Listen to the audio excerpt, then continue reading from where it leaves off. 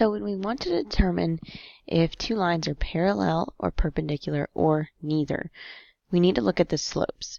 So the easiest way to do that is to have them in slope-intercept form. However, they are not always in slope-intercept form, so sometimes we have to get them there. Remember, slope-intercept form is y equals mx plus b, and m is your slope.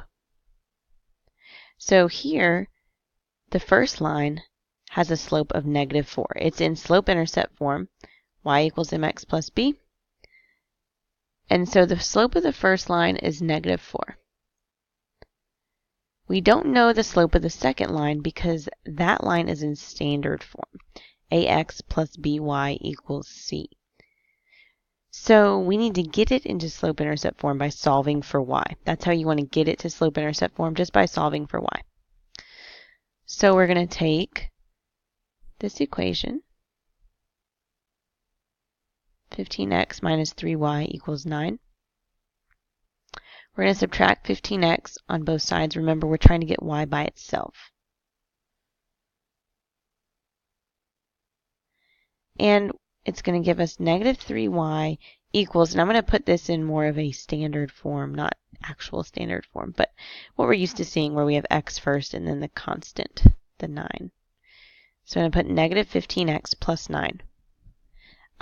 Then finally, we have to divide by -3 to get y by itself.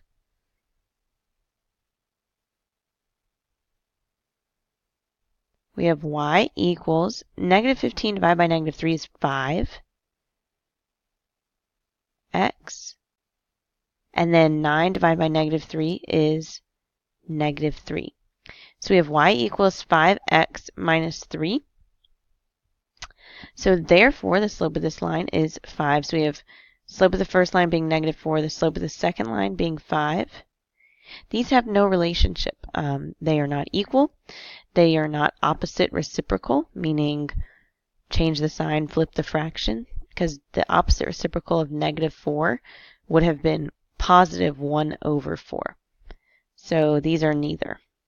There's no relationship between their slopes.